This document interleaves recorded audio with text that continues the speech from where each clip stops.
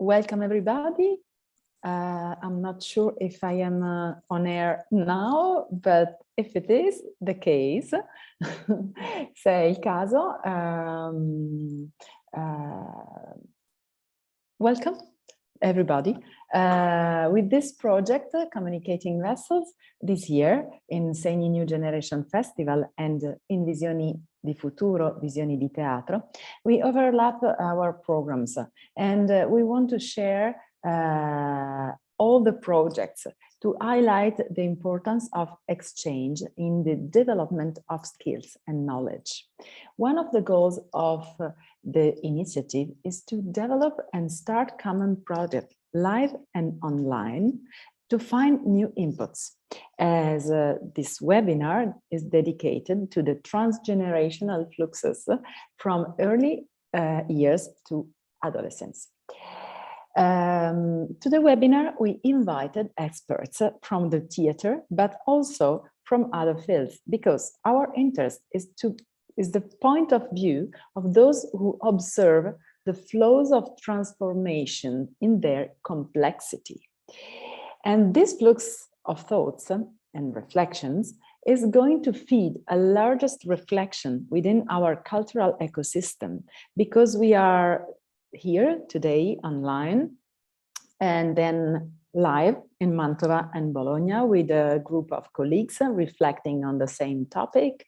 And then we have also another meeting online on Monday and Tuesday at 12 o'clock to collect and connect the live hub that we have in Bologna and Mantova. Thank you for being here with us today and happy to make this connection between Mantova and Bologna.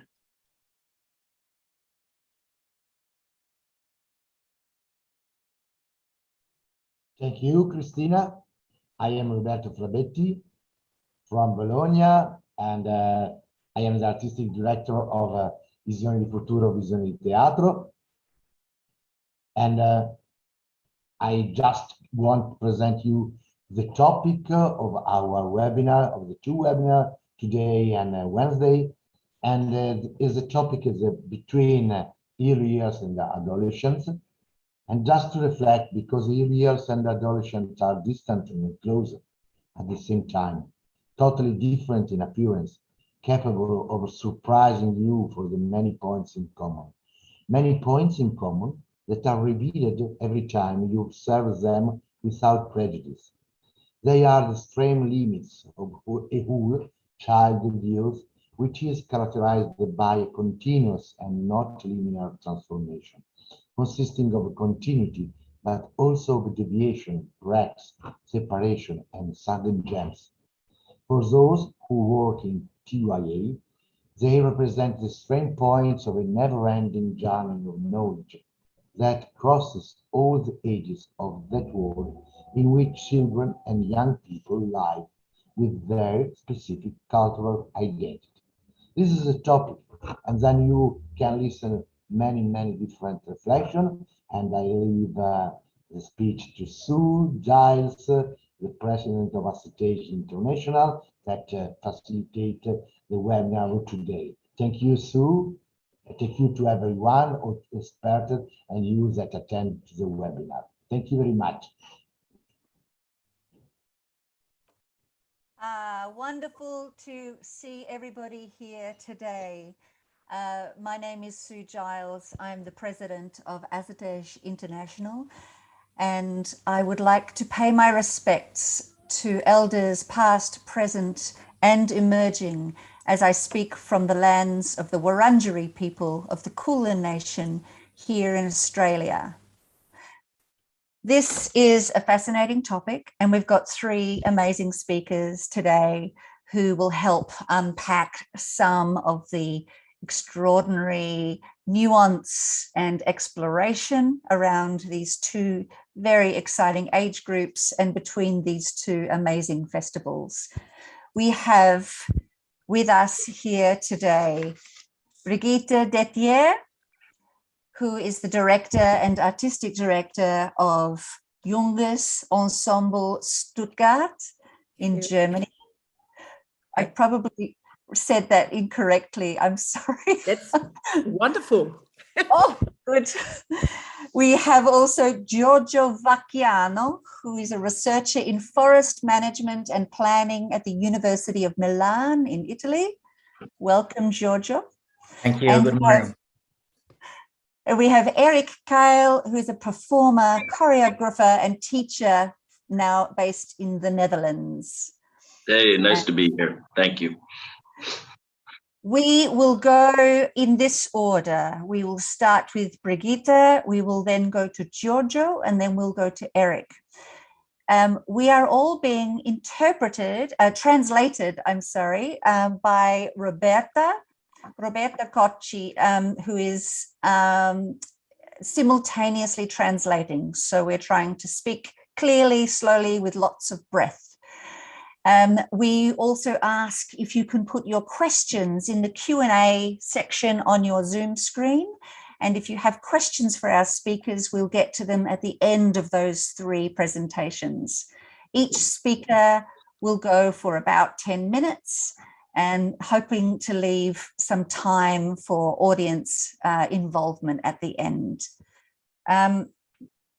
All right, I've got my headphones on so you don't hear my dog. And now I would love to start with Brigitte. So Giorgio and Eric, we will see you in a minute. So first of all, I'm going to just give an introduction to this wonderful person. Brigitte Dethier is a German director and was the founder and artistic director of JES, J-E-S, and artistic director of Schön Aussicht Festival. Schöne Aussicht. Thank you. Schöne Aussicht. Schöne Aussicht Festival since 2002, as well as other multiple theatres and festivals for young audiences. She has received various prizes for her artistic work and engagement in the cultural sector. For 3 years, she's been the chair of Assitege Germany. She works as a lecturer for acting, directing, and theatre management at the universities of Stuttgart, Hamburg, and Munich. Brigitte, it is wonderful to have you here. I'm going to hand over to you to speak to this topic. Thank you very much, Sue, for this wonderful introduction. Hello to everybody. I try to give a short introduction in my work as a director. And we have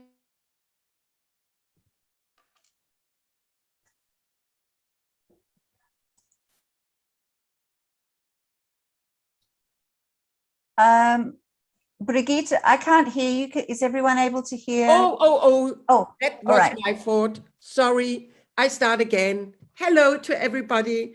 And thank you for the wonderful introduction, Sue. And I try to give a short impression of my work as a director for youngsters and the very small youngsters. And we've met already half an hour before because we talk how we organize this meeting. And I ask Sue, please interrupt me that I don't have to talk too long. And it's more lively if I get questions. But first, I start now. As a director for Theatre for Young People, I really work over 30 years now. I have to say it now. It's the time of truth for the Theatre for Young Audience. And I could say on one part, if I read the questions, if there is a difference between working theatre plays for young audience or for the very young audience.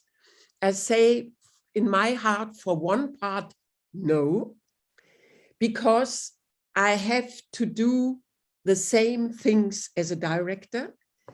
I have to find people who want to share a work with me. I have to find a theme I want to tell or a play I want to tell. And to be very clear and to put all my heart in the work. There is no difference if I make it for which age. But, and that is the very wonderful thing, I think, in our theater for young audience, and that is you always take the audience with you while working in a production. So you always think, what does that mean for this and this age? And what I also like very much in our working in this field is that you always have the real contact with the audience. So if you make development, then you make research with the audience for which age you produce. You put the people into the rehearsal. You make short scenes, only 1, 2, 3 scenes, and you show it your audience, and you feel, or you discuss, or you draw pictures, or you only visiting the audience, how they look at the rehearsals, and you feel if you are on the right way, are you understandable? Did they follow you emotional?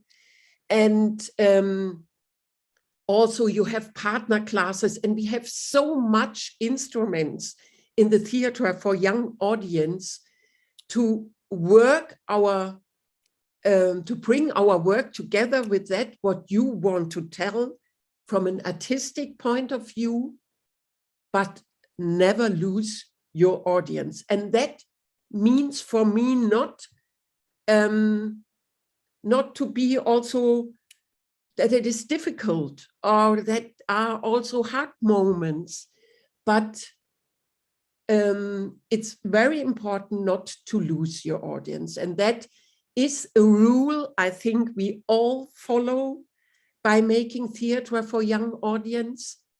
And that is often for me also the big difference while I were watching theater for adults.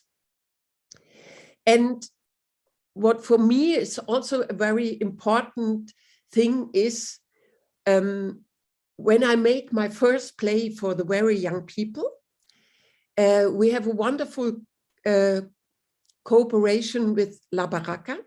It was a program from the Kulturstiftung des Bundes in Germany, and they give finances for 2 years cooperations with groups from foreign countries. And yes, and La Baraka made a, I could say a 2-year marriage, and we have a wonderful time, and we have money that the whole ensembles meet together, make workshops together. And I said, as the artistic director from Yes, if I start to make a play for the very small people from 1 year up, I want to learn it from the master, and I want to have that contact to Roberto. And then he write a play, Uno a Uno, and we directed in Germany and in Bologna a play for the very young people and for the youngsters, and have visited visitors over 2 years. And what I learned, or what a very important point for my work was in a discussion with Roberto and Valeria, that we recognize that the youngster, the adolescents, have to get the same kind of welcome in the theater. Like the very young audience, you have how to welcome them, how to bring them in the room, how to have a small audience, not more than 30 till 50. And the youngsters, by the youngsters, it's also very fine to have them in your eyes and to speak directly to them, because they need also this warm and this special kind of welcome and this feeling you are meant. And that was for me a very wonderful knowledge that we get on our journey, that there is no so much big difference in making theatre for the youngsters and for the small size. And that is a big issue in our discussions. And perhaps the last sentence is, because I also curated for many years for festivals, and Schöne Aussicht, Bright View, is a festival that happens every 2 years, also in the US.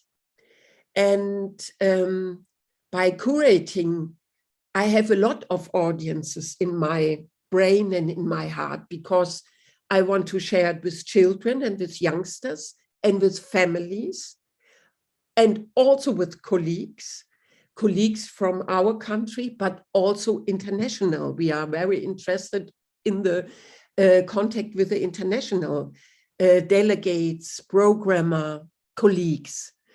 And that is always the question when I sit in a performance in wherever I go around. The last 2 years, unfortunately, not so much go around, more by videos. But then first is the question, did I get on fire with this production? Then is the question, did also the colleagues get on fire? And did we learn something new, or did we get with a new contact love with theatre? Or what is with our children, with our youngsters? Did they understand it? Also, how we translate it if it is in foreign languages. And it's always these questions, how we bring quality to all these kind of audiences. And that is then the solution for the last vote for 10 or 12 productions, that it will inspire all the big group we want to reach. That is so. Yeah, wonderful. It's so good to hear about all of this. I think your point about the welcome that you provide for very young and for teenagers is very similar in a way, because they want to be acknowledged. Yeah. Do you feel that this idea of the young person of both of those ages being seen or being acknowledged or feeling meaningful in the space, this is something that you as a theatre maker is concentrating on? Do you feel that the adults accompanying those young people to the theatre have that same vision of that person? Do you see what I mean? Like the theatre maker has a very special focus on this. Does the everyday adult audience also recognize that place of those two different ages? I don't know if they have the place of the different ages, but I think yes, because if you make a performance and have then by the very small size, the adults are always be with them. So.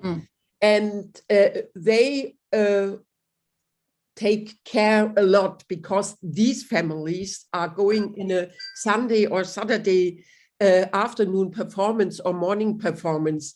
That are the families, they take a lot care of their kids.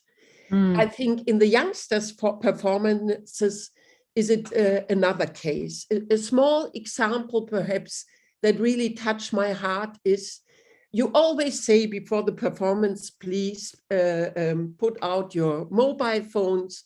And I sit in a dance performance I make with Eve together. And I think a 12 or 13 years old girl sitting with their mom before me. And you really feel that the girl is so proud to go with their mom, with her mom in the theater. and the mom is the whole time on the handy, on the mobile. Oh, And the yeah. girl said, "Mom, put out the mobile, please." Yeah, yeah. And she always, she have to finish her business. Mm. And it hurts so much because the child wants to have this experience to share a performance with her mother. Mhm. So that is one experience I have.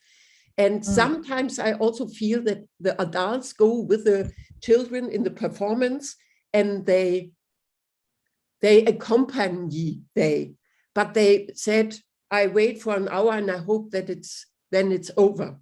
Mhm. So Yeah.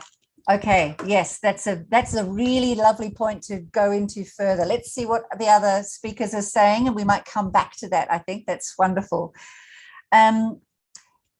Thank you so much, Brigitte. I really appreciate that. We are going to move on to Giorgio Vacchiano. Giorgio, I have a biography that has been sent to me. Please, I hope I'm pronouncing all of the words correctly. Giorgio Vacchiano is a researcher in forest management and planning at the University of Milan. He studies simulation models in support of sustainable forest management, mitigation, and adaptation to climate change and natural disturbances in European temperate forests. He deals with didactics and science communication, has numerous scientific publications to his credit, and in 2018 was nominated by the journal Nature among the 11 best emerging scientists in the world who are leaving their mark on science. He is a member of the Italian Society of Silviculture and Forest Ecology, of which he coordinates the working group on communication, and of the Ecological Society of America. He is the author of The Resilience of the Forest. We welcome you and look forward very much to what you have to share with us today. Thank you very much, Sue, and switch now to Italian language. Buongiorno a tutti, grazie per l'invito a parlare a questo convegno. Io parlerò di foreste, potrebbe sembrare strano come argomento rispetto a quello di cui trattiamo questa mattina. Sono convinto però che ci siano molte analogie tra alcune dinamiche delle foreste e le dinamiche sociali, interpersonali e intime di cui parliamo questa mattina. Spero quindi di poter dare dei suggerimenti utili così per paragone, per confronto con il mondo degli ecosistemi, che è sempre affascinante. E le foreste, a volte forse ce ne dimentichiamo, sono state la nostra casa fin dal principio. I nostri antenati vivevano sugli alberi, mangiavano, dormivano, intrattenevano relazioni. Naturalmente il genere umano è poi andato avanti, ma ancora oggi forse conserviamo una traccia di queste antiche relazioni nell'emozione che proviamo quando passeggiamo in una foresta. Eppure oggi le foreste sono sempre più minacciate. Noi siamo emotivamente colpiti dalle notizie, ad esempio, dei grandi incendi che anno dopo anno colpiscono foreste nelle varie parti del mondo, oppure dei danni da siccità, da insetti che il cambiamento climatico sta favorendo sempre di più. O ancora, per restare in Italia, nel mio paese, da tempeste di vento di dimensioni senza precedenti che abbattono decine di migliaia di ettari di territorio e decine di milioni di alberi in una sola notte. Eppure le foreste e gli ecosistemi tornano ogni volta dopo questi eventi catastrofici. Hanno convissuto per milioni di anni con eventi di questo tipo, che noi chiamiamo disturbi o perturbazioni, e hanno evoluto delle strategie molto fantasiose e creative per superarli. Veniamone alcune. Ad esempio, l'invenzione della corteccia, un materiale che abbiamo presente, ma magari non pensiamo alle sue proprietà termoisolanti. Un isolante termico formidabile che fa sì che quando passa il fuoco le gemme restino protette e possano generare nuovi rami e nuove foglie anche dopo il passaggio delle fiamme. Esistono addirittura delle piante che sono legate al fuoco per la loro riproduzione. Le pigne, i frutti di queste piante restano chiusi, sigillati da una resina, una colla biologica che si scioglie solo quando viene scaldata da una fiamma. La pianta madre muore, ma riesce a disperdere i suoi semi nell'ambiente, portando avanti la specie. Ancora, queste strategie non sono legate solo al fuoco. Qui siamo in Svizzera, 20 anni dopo il passaggio di una forte tempesta di vento. Si vedono ancora i grandi alberi abbattuti a terra e una nuova generazione di specie diverse che da sola sta nascendo in questo luogo, approfittando della tanta luce che oggi è disponibile, delle sostanze nutritive che gli alberi morti lentamente rilasciano nel terreno, fertilizzandolo. Le strategie di rinascita, di resilienza del bosco permettono alla foresta di ritornare anche dopo catastrofi di enormi proporzioni, come nel caso delle eruzioni vulcaniche. Qui siamo in Cile, dopo l'eruzione del vulcano Chaiten, solo 2 anni dopo il passaggio della lava. E tutte queste strategie sono iscritte in realtà nel patrimonio genetico delle piante. Alberi, foreste hanno in se stesse già tutte le strategie per poter essere resilienti. Nel sud-est degli Stati Uniti, foreste che nascono in mezzo alle paludi esposte alla forza degli uragani, che riescono a sopravvivere anche quando vengono sommerse, anche quando l'acqua dell'oceano ricopre le loro radici. Grazie a questa forma piramidale dei tronchi riescono a resistere anche ai venti della forza degli uragani che colpiscono queste regioni. E poi, per poter mantenere un afflusso di ossigeno, di aria alle loro radici, hanno sviluppato queste radici che crescono verso il cielo, dal basso verso l'alto, come dei periscopi, dei tubi che captano ossigeno dall'atmosfera e lo portano in basso anche quando l'albero viene parzialmente sommerso. La palma da cocco, un albero che sembra molto particolare nella sua strategia riproduttiva. Il cocco è uno dei semi più pesanti del mondo e, contrariamente allo scopo dei semi, che è quello di diffondersi nell'ambiente il più possibile, non sembra poter andare molto lontano a causa del suo peso. Eppure, quando la noce di cocco cade sulla sabbia, può essere trasportata dalle onde dell'oceano, galleggiando per correre anche centinaia di chilometri, contribuendo così a riprodurre la specie nelle isole vicine. Nelle nostre montagne, il pino si è alleato con un suo nemico naturale, la nocciolaia, questo uccello, questa specie di corvo che si nutre dei semi di pino, ma che non li mangia tutti subito, bensì li nasconde nel terreno per farne scorta in vista dell'inverno. Ebbene, le scorte di semi che vengono dimenticate dall'uccello oppure restano inutilizzate sono proprio il luogo in cui nascono i nuovi pini. E in montagna nascere insieme, nascere in gruppo può fare la differenza, perché gli alberi insieme si proteggono dalla neve, dal vento e dai freddi del clima alpino. Ancora, gli alberi stringono alleanze anche con altri organismi improbabili, come questi funghi microscopici.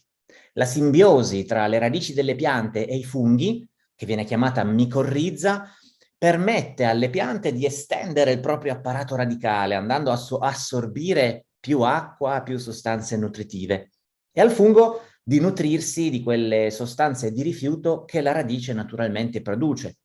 E questo aiuta gli alberi a fare gli alpinisti e a colonizzare suoli e quote dove sarebbe impensabile arrivare da soli, senza l'aiuto di nessuno. Ancora, nelle foreste tropicali, le piante del sottobosco che devono crescere all'ombra di quelle più alte si adattano a fare la fotosintesi con livelli di luce bassissimi, costruendo le proprie foglie in modo da rendere massima il rendimento energetico con la poca luce che arriva nel sottobosco.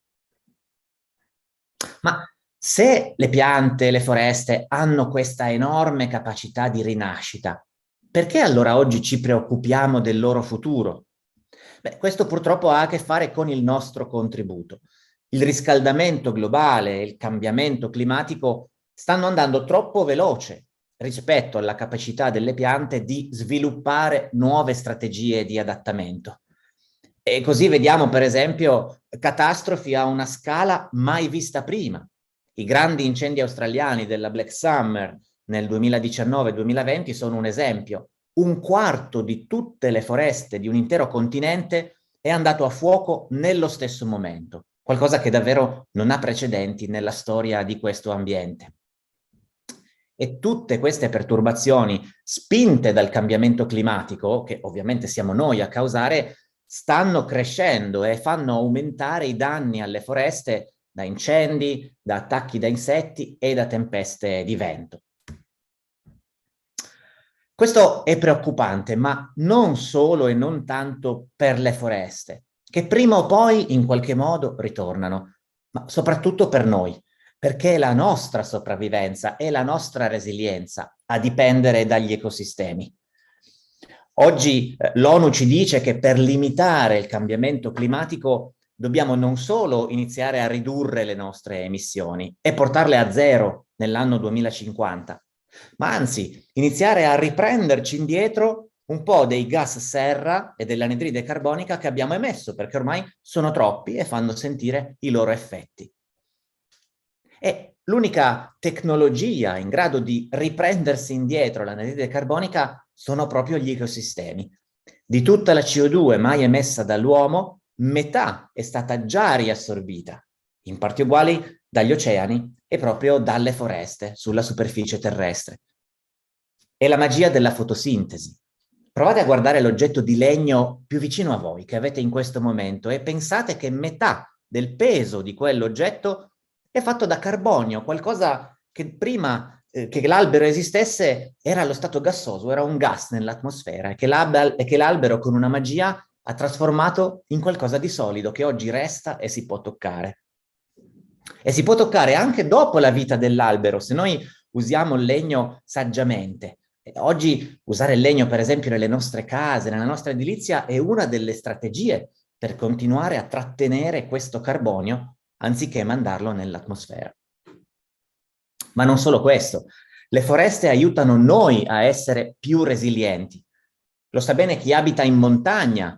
La sicurezza delle persone spesso dipende da una foresta che trattiene i massi che rotolano lungo un versante, impedisce alle frane e alle valanghe di verificarsi grazie alle radici che tengono fermo il terreno.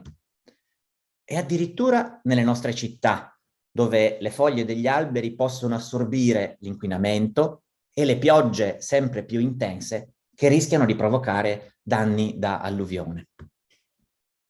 Ancora, le foreste generano acqua potabile per 1 miliardo di persone nel mondo e assicurano un paesaggio, una cultura, una memoria che fa parte della nostra sopravvivenza e della nostra felicità. Ecco perché quindi abbiamo la responsabilità di migliorare la resilienza delle foreste di fronte a queste perturbazioni che noi stessi stiamo causando. Per fortuna ci sono diverse strategie per farlo. Il segreto è puntare alla rinnovazione della foresta, vedere in quali condizioni la foresta si riproduce, dove nascono nuove piante e favorire questo processo, assicurando che abbiano tutta la luce disponibile, per esempio, accelerando quindi la riproduzione della foresta, tagliando anche qualche albero in modo sapiente, affinché quelli nuovi trovino le risorse e lo spazio per nascere. E poi ci sono altri segreti: mantenere una foresta molto eterogenea, una foresta fatta da tante specie, da tante diversità, è più resistente e più stabile di fronte alle perturbazioni dell'ambiente. Qualcosa che forse si applica anche alla nostra società. Non dobbiamo dimenticare che una foresta non ospita solo alberi, ma anche relazioni tra alberi, erbe, animali che la frequentano. Più le relazioni sono fitte e più la foresta fiorisce e serve anche a noi. Manteniamo allora tutti gli habitat, le condizioni in cui gli animali si trovano a vivere per assicurarci che la foresta funzioni bene. E infine i collegamenti tra una foresta e l'altra. Se il paesaggio è collegato attraverso dei veri e propri corridoi verdi, gli animali e le piante possono muoversi liberamente, c'è più mescolanza, c'è più diversità e l'ecosistema nell'insieme sarà più stabile e resistente. Se invece le comunità sono frammentate e isolate tra di loro, non c'è comunicazione e queste comunità rischiano di scomparire. Concludo con una storia, la storia delle isole Haida Gwaii nell'Oceano Pacifico, non solo il luogo dove crescono le foreste più rigogliose della Terra, ma anche il luogo dove una popolazione nativa abita da 17.000 anni a stretto contatto con la foresta, usandola per i propri scopi, ma sapendo mantenerla viva, efficace e funzionante. La costituzione di questo popolo nativo, gli Haida, si apre con queste parole. La nostra cultura è fondata sul rispetto e l'intimità con la terra, il mare e l'aria intorno a noi.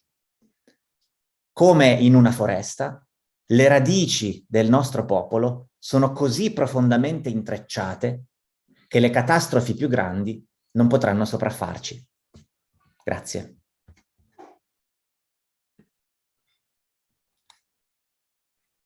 Giorgio, thank you very much. Such a wonderful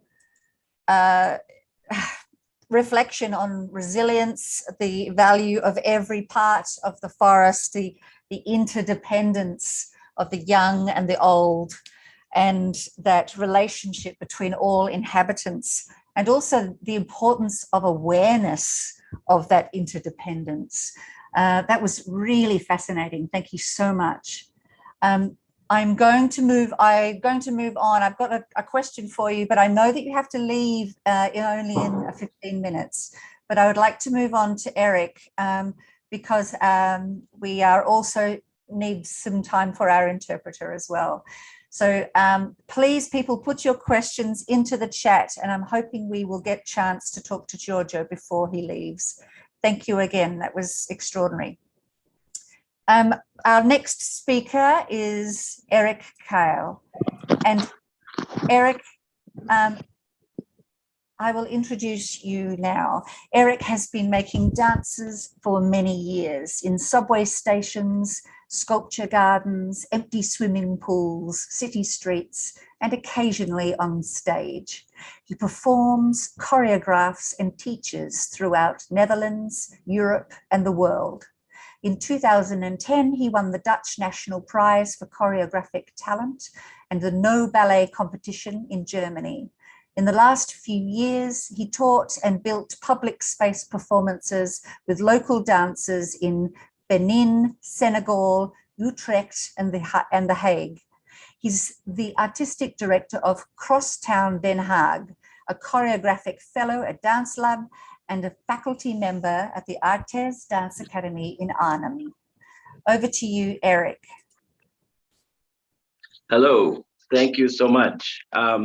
Yeah, lovely to be here with all of you.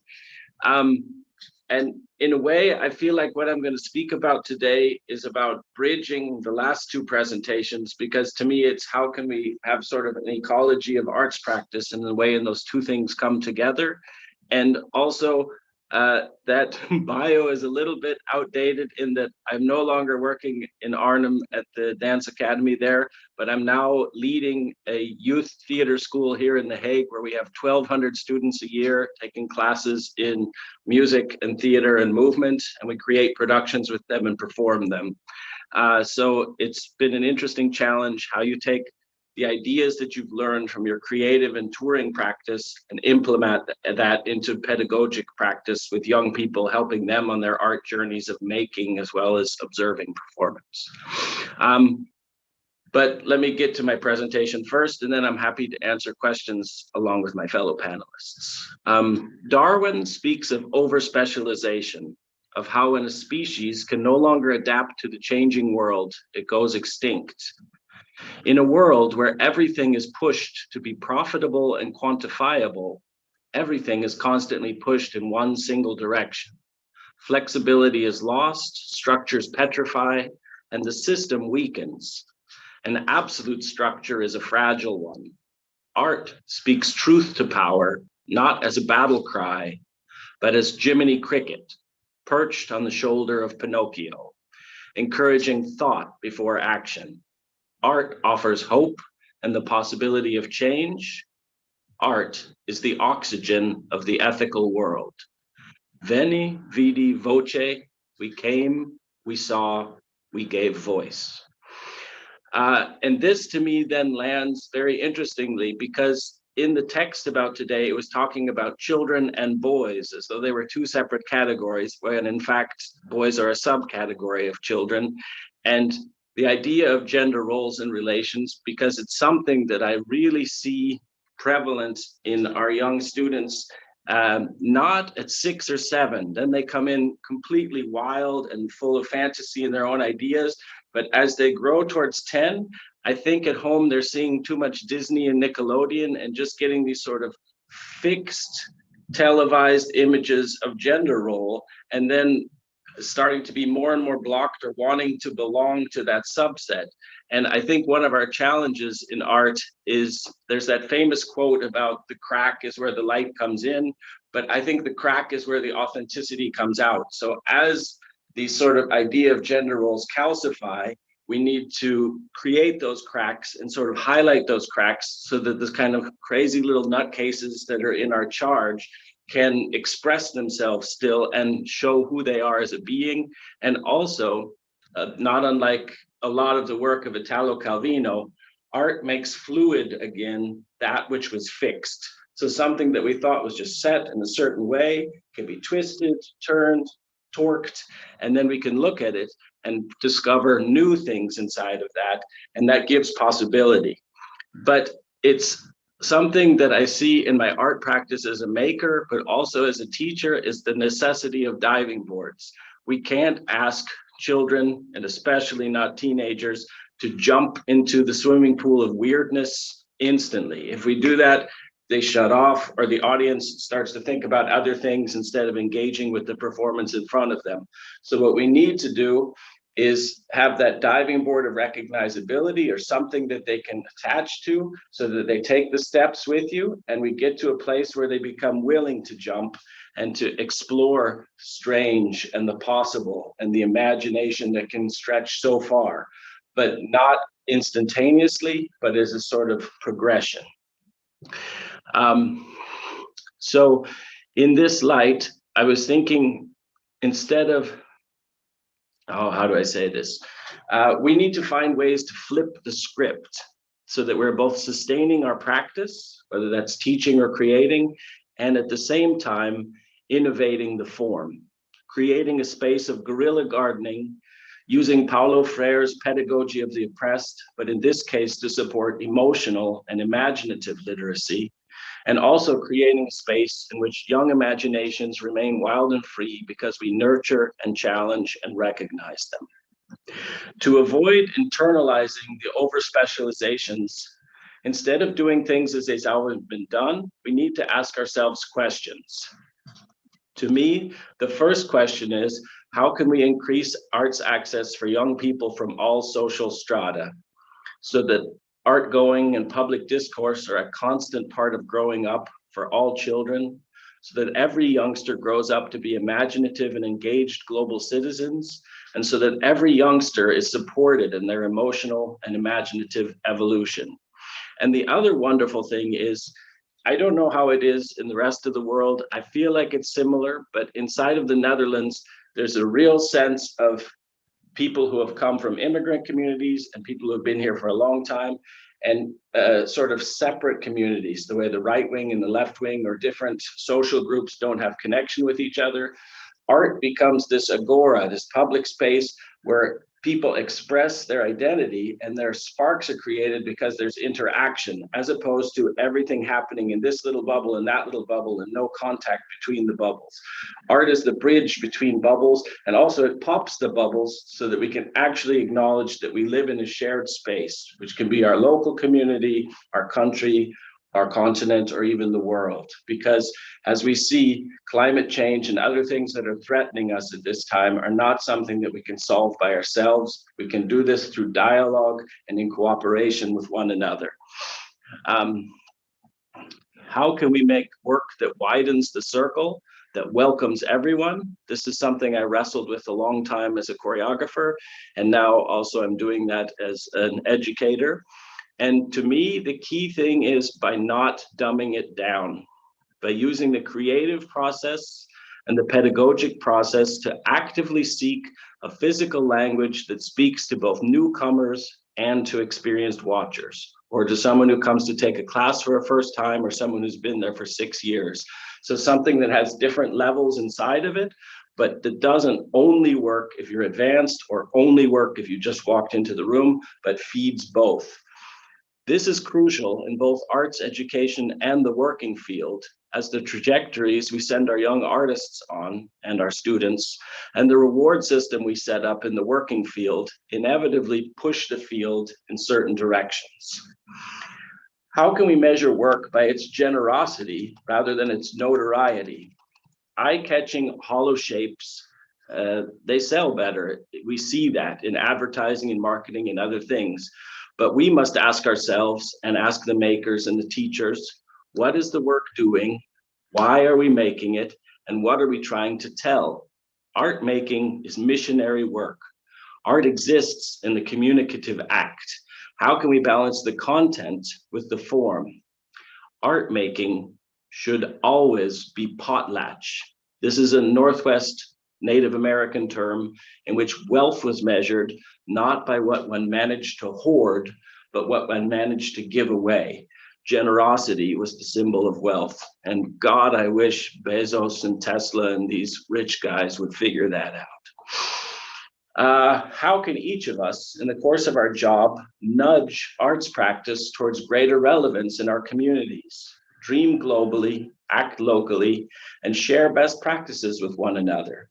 Together, bit by bit, we can push our practice towards greater reach and greater relevance. Lastly, a simple plea: appreciate your own efforts. Remember, Rome wasn't built in a day. It feels like each of us struggles alone, but again, look around you, look around this Zoom call. We're all in this together. A cacophony of unique voices, a team of true believers, not believing in one truth, but in the many truths that are out there. Keep watching, keep nurturing, and keep challenging. The future of our form is in your hands. Thank you. Thank you, Eric. Fighting words, I love it. Fantastic. Really, I loved this idea of the diving board of recognizability, and the idea that there is the work can allow everybody's own entry points into a work, and that's such an important thing when it comes to inclusive work, accessible work. It's really interesting too to then think about those different ages that we're exploring in this topic, and how, sorry, that was my phone, and how those different ages can be included in that exploration of the rigorous work that allows for interpretation, for enjoyment, and for deep immersion for an audience of many different ages as well. I'm going to just kick off, because I know you do a lot of public art, public activism, like you talked about public activism, like art and activism, and in your public works in public space, which is a really interesting form that does address accessibility really strongly. Do you think that the ages that we're talking about in this topic work towards activism as well in that public space form? Yes, I think it's different at different ages, though. Like there's a sort of activism by example, by just not sitting still and sort of physically creating an imaginative warm space in public space where it normally isn't these days. And also this idea, I always use books, but there's a book called Rings of Saturn. And I love that idea of like the pebble that draws in the pond and creates circles, is that the individual creates art, then there's the mini community of the fellow performers within the artwork, and then there's the deliberate audience becomes part of the show, and then there's the accidental audience, who are the people who happen to be passing by that public space at the moment the art takes place. And all of those layers start to have a relation to one another. But I feel like the key thing is to create a space of warmth and invitation, so nobody's getting pulled into the world against their will. That happens enough to people in everyday life.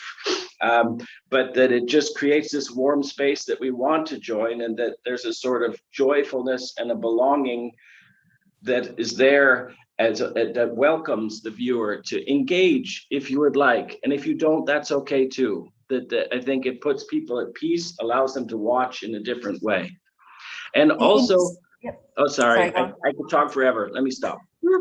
I was just going to say, it reminds me of what Giorgio was saying about the cutting down of or the removal of the old trees so that light can form into the space so that other things can grow.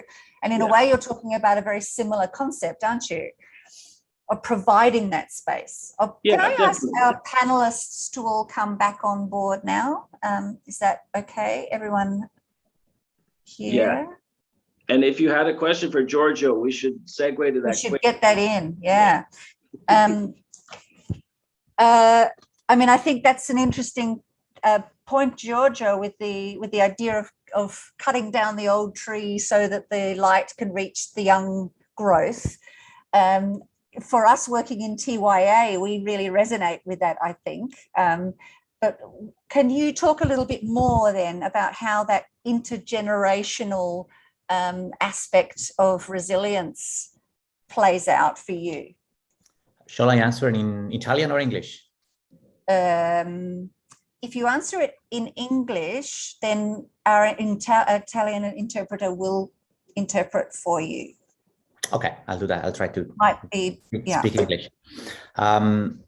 What's interesting is that we often neglect how the forest is a dynamic system. That means something that changes through time. We are under the impression that trees and forests are kind of unchangeable, static living beings. They always look like they have always looked. It's true that they live much longer than us, but they also change quite fast.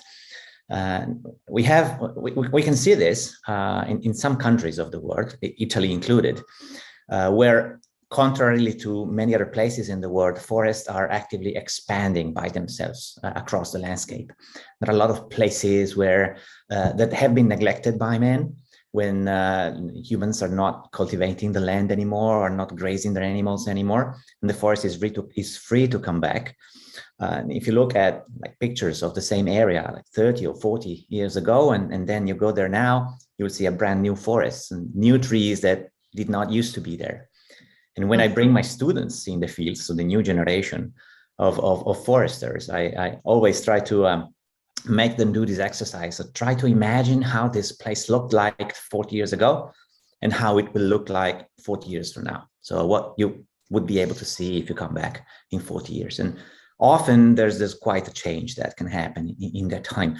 And obviously, because the small trees are going to grow, if they have enough light and water and space to do so, but also because the remaining trees, because not all the trees have to go away.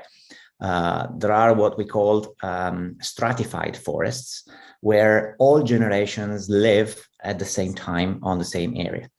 And these are the most complex and in fact the most effective forests, and also the most productive ones, even if we're interested in their wood, so in something really like economic. But these stratified forests where all generations live and multiple species live are the most effective ones. And as long as everyone has its own space, the resources to develop. And what happens usually is that different species and different age trees find ways to avoid competitions with others and highlight facilitations or relationship. As I said, there are plants that grow in the understory, in the undergrowth, that adapt the intensity of their photosynthesis to make do with a very little amount of light. And there are trees that can wait in the shade for as long as 200 years, just maybe at 50 centimeters height without growing, but with enough light to survive. And then if you give them light, or if something happens like a thunderstorm, a lightning strike, or a fire that kills enough of the old trees at that point, then they can start up and grow. So we see all this change, all this dynamic in an ecosystem that it's not static at all. That's so great, isn't it? Because we deal with such rigid systems in so much of what we do. And then what you're talking about is a system that really enables every individual nuanced approach to existence. That's very fascinating. We have some questions in the Q&A that I'm going to go to now, because it's our audience responding here. A question to Brigitte from Andreas Denk. How inspiring, how you always include the audience in your creative process. How do you reach audiences from weaker social stratas of society? And how do you reach their parents? How do you connect other cultural communities to your theatre? Okay. I try to be short because it's a lot. Thank you very much to Giorgio, because it's fascinating to listen to this frame and to look how are the parallels to our work is. Thank you very much. And also to Eric, because I was really fascinating from your words you told. Thank you very much. The questions. The easy way in children and young people theatre is that the audience that comes to our performances are classes, are kitas, where all the social classes will go together to the theatre. But I will only pronounce 2 or 3 projects. We have one project I really love. We have that since 10 years. We get a special program for how to learn language. And the youth office from the city give money to kitas to bring children, young children, 4 or 5 years old in the theatre, and they get the theatre educator 8 times before, 8 times after the visit to learn the language for the children that have not German as the first language by playing around a theatre play. So they watch a performance and they put scenes out of it and play it by themselves and make little performances by themselves.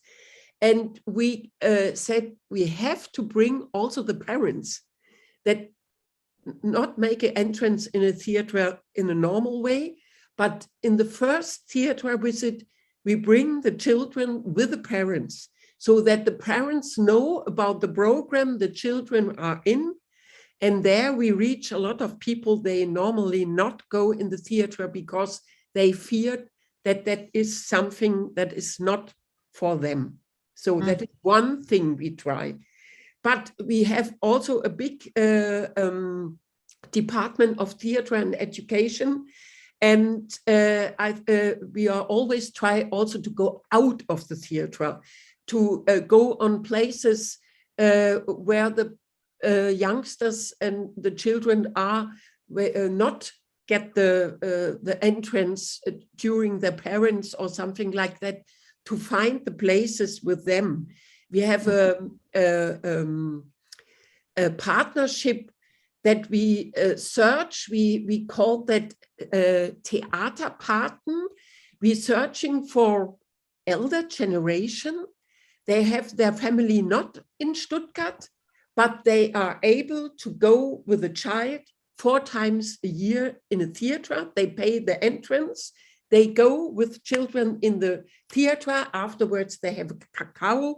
They meet the artists, so that we give also the possibility to children from families they have not the money and not the entrance. Sometimes are also families where there is a newborn child and the parents have no time to go with the elder child to the theater. So we're thinking a lot about programs where we can bring also people in the theater, youngsters in the theater that are not have the possibility through their family home.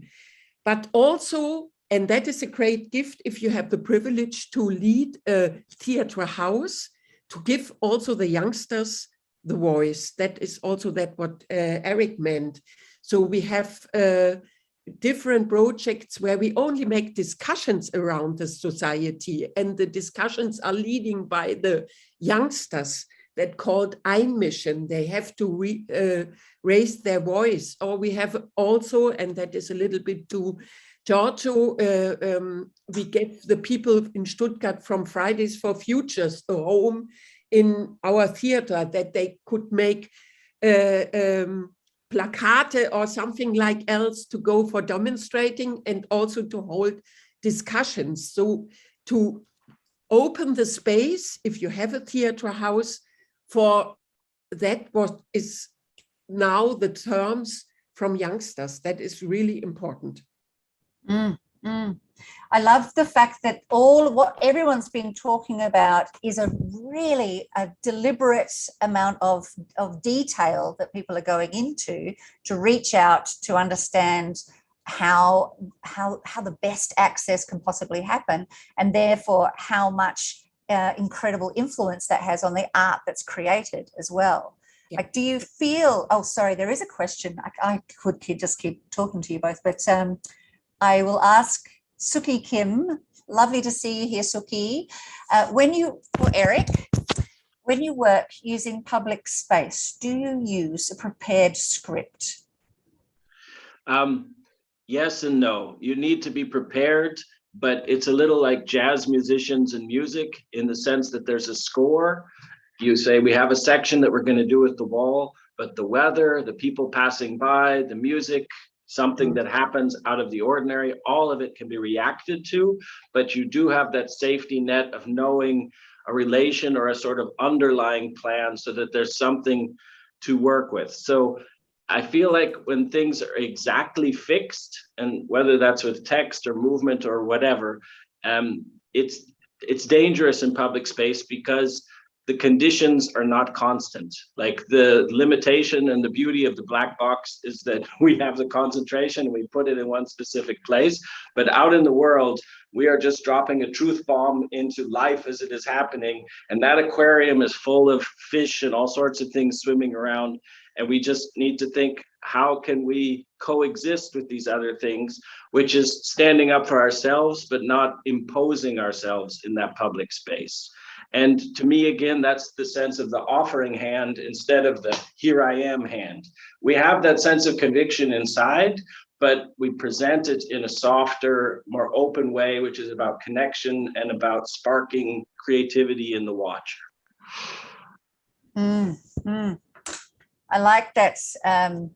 What did you say? It's not here we are. It's what did you call it, Eric? It's a softer offering. Yeah, exactly. An outstretched hand more than that thing. And you know, for ants is no different. It's you have to react to what's there. That's that's really interesting. That idea. There's a lot of subversive thinking in what everyone's been saying, but it's all natural form, isn't it? Like, this is how people behave. And the idea that art has so many barriers for people to access it, that this idea of inviting in the multiplicity of natural behavior, and especially into public space, or trusting that public space, or trusting those young people to be able to cope and contribute as well. Yeah. How much do you think, Brigitte and Eric, that your work has been affected by the way that you're approaching your relationship with young people? I think it's really it's a basic. I remember also what you situation I have in a theater. It was a performance for the youngsters, and there are people coming out in the middle, and then they are always going on the same points in between the audiences. And there is a very tall man in a black coat, and he's playing an instrument, and the children around him in his fixed place between the audiences really feared him. And I always thought, please change your position, because this position is not the right one. You have to search for another position. And that it means for me also, but he is going on the same position through the whole of the performance. And I can't stand it. And that is how we also have to be flexible during a performance with our audience. And that is what I really love in performances for the young people, because we have to react on the reaction from our audience, and not to go like an iron maid and do our thing if we feel that it doesn't work in this performance. Then we have to react, and that makes the performances also very livable. And that is a big task for the artists in theater for young people, not to that what everything fix and there is it. It's also not working in a black box. If the constitution on Wednesday morning at 10 o'clock is another constitution than Wednesday evening at 7 o'clock. And there we have to be open. Yeah, and I would add to that, for instance, in Tetris, which is my piece that is toured the most, there's a section with Rubik's cubes, and spoiler alert, sorry, there's Rubik's cubes in the show. And at a certain point, the performers walk to the audience and they give them the Rubik's cube. So if they move them, it's kind of like a voodoo doll of the performer. If the kid moves the Rubik's cube, the performer reacts to the movement. And dramaturgically, that should probably go on for about 30 seconds for the flow of the show. But at that point, you have to really weigh the difference and say, like, do I give 4 kids a special moment and the rest of the audience still stays in the spectator role? Or do I just say, fuck it, and for like 5 minutes, we're just going to wade through the aisles and give 2/3 of the kids a chance to do it, and let that grow and let that have a silliness. And again, that's me as creator handing over the curatorial power to the performers. Like, do this as long as you can get away with, give as many children as possible a chance. And when it's unbearable and you know that it's the moment that it must go back and go on the stage with the rest of the show, then we go back. But these are the sort of challenges that it is about. What are the ethics to every child, not just to the audience as one singular mass, but to the collection of individuals that are watching you? And because everything we put in front of them as an experience is a proposal of a world that could be. What are the rules of the world we are sharing with them? And they feel it. They can't always articulate it with words instantaneously, but they know when they're sort of seen and valued and engaged with, beyond just passive recipients of an experience. And this comes down again to that idea, Brigitte, that you were talking about, that idea of being acknowledged, the value that the child or the young person is feeling within that experience, but also widens us out. And I think Giorgio's comments about the kind of awareness of the interdependence and awareness of the relationship we have with nature in this world is our big task. Often is, as you point out, Brigitte, developing the awareness of the adult about what's happening for that child, or what that experience actually means, and what their role in that is really, really important. Mm-hmm. And so I think what you're both talking about is that idea of really expanding those pools of influence as well. And I loved that idea of the rings of Saturn, Eric, that those influences are felt on different scales by a whole bunch of different people. How do we bring that gatekeeper adult into that mix in a really authentic way? Have you, either of you, found ways to do that? Yeah, perhaps what we sometimes do, and I love that really much, is making parents-children workshops where they play together, sometimes after a play around the topics from the play, so you get them playful together. That is one thing. And also, I think I come back to the point, the privilege to lead a theatre house where you can bring a different also discussions together, or if you give the children and the youngsters their voice in performances, but also in discussions forms, then the parents are coming looking and listen to their children and to their youngsters. What's sometimes really strange is perhaps when we make a drama school week where the theatre groups from schools get the plays for 1 week in our theatre, when the parents are joining the performance, I think 10% looking directly on stage, 90% through making films. It's unbelievable. And they are the camera on the right point, the sound is, and they don't getting the real emotional contact. I'm sometimes getting crazy with all these parents, but yeah. But there are different things, but I think that is a good point to say how we bring them more in the, to bring them more. We more work with the children, with the youngsters, with the teachers, with the people who works in the kita, but with the parents. Yeah, that is a good question. Eric, do you have anything in that space? Well, I'm just laughing because it's not just a problem in Stuttgart. I can tell you that. Like when we make the announcements in my new youth theater at the beginning of the show, we're like, turn off your cell phone, and there will be a recording made of the show that you can get later. Please leave your phone in your pocket so that other people around you can watch the show and not be distracted by the bright light. Because you cannot just say don't do it, or people do it anyway. But the Dutch don't want to be a problem for each other. So you have to frame it in a way that they're like, oh, I hadn't thought of that, to get them to not. And even then, 1 or 2 still come out, but at least not 20. Yeah. Yeah.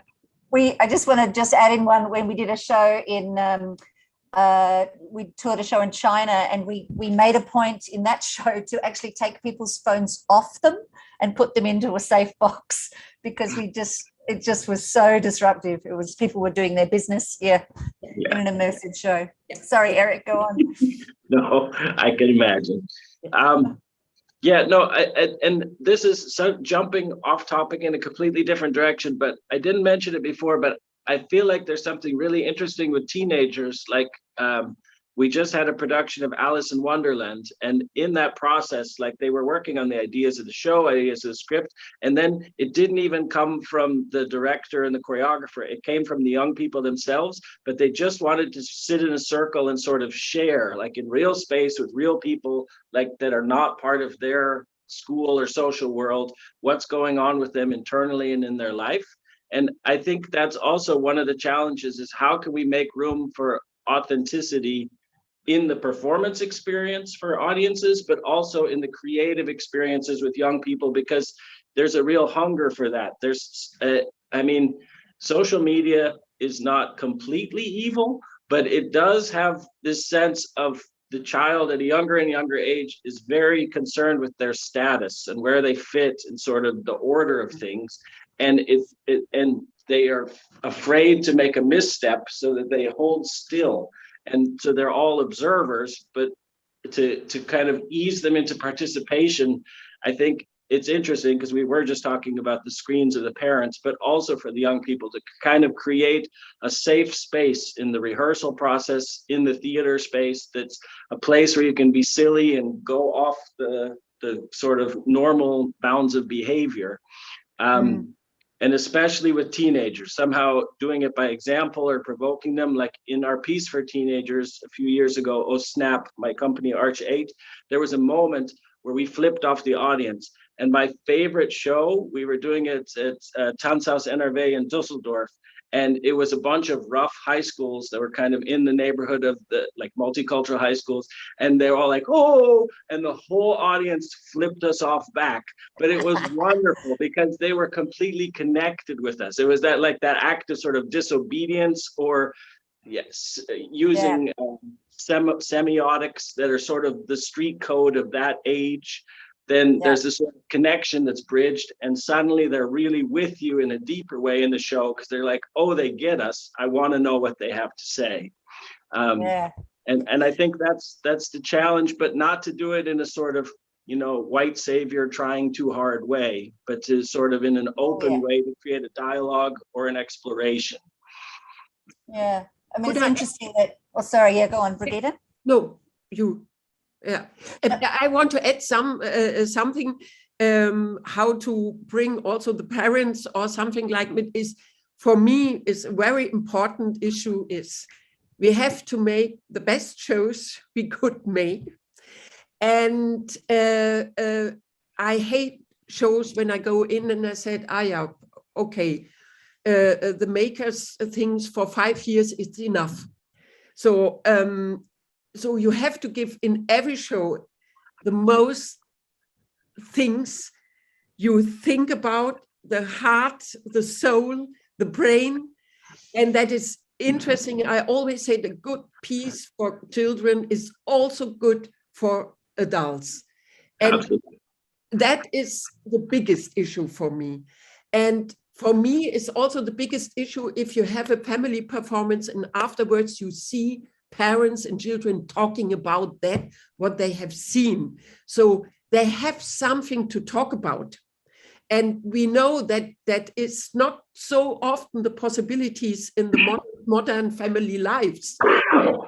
We are all in stress. We have all big timetables. We are all going a little bit by ourselves with the social medias or connecting all the things, and then these social issue after a performance have an apple juice and talking about what they have seen and making perhaps the connection to their own lives. That I really, really love on theater, that it is a social art, and that and now we have in Stuttgart, we make welcome weeks that are workshops, classes could book, coming back from the whole lockdown because the children lost their social, social happiness. So they really come back, and the teachers are really relieved that theater gives workshops to bring classes together and to make social plays. And I think it's, we can't imagine what are the situation in the next 5 years, what these lockdowns are made with the youngsters and what happens with them. Well, that's a beautiful point to leave us on, Brigitte, and because it really highlights the role that theatre plays and performance plays in our future, in our resilience, in our interconnection, in our interdependence. And I think that is a really great reminder, because we cannot forget the impact of this time will follow us for some years. And we've all seen it in the children and the young people that we know. I would like to thank you both so very much, and also extend from Giorgio his farewells and thank you to the listeners and for his invitation. He had to leave early. But Brigitte, thank you so much for your beautiful insight and for your experience and absolute joy that we can feel on the screen here. And Eric, wonderful to be with you in the room again and feel that power and the passion and the fight that you always put up. Wonderful. Huge thanks to Roberto and to Christina for having us all here. Thank you to everyone. Thank you very much to everyone. And can I just say thank you to Roberta for interpreting? Amazing. Yeah, thank you. Absolutely. Mille grazie. Thank you. One thing to remember for those who are listening us, tomorrow, if you want to go forward with this discussion, we have a meeting online at 12 o'clock Central Europe time, and also the 26th. So 25 and 26, 12 o'clock, hub online to discuss about transgenerational plus. Mille grazie.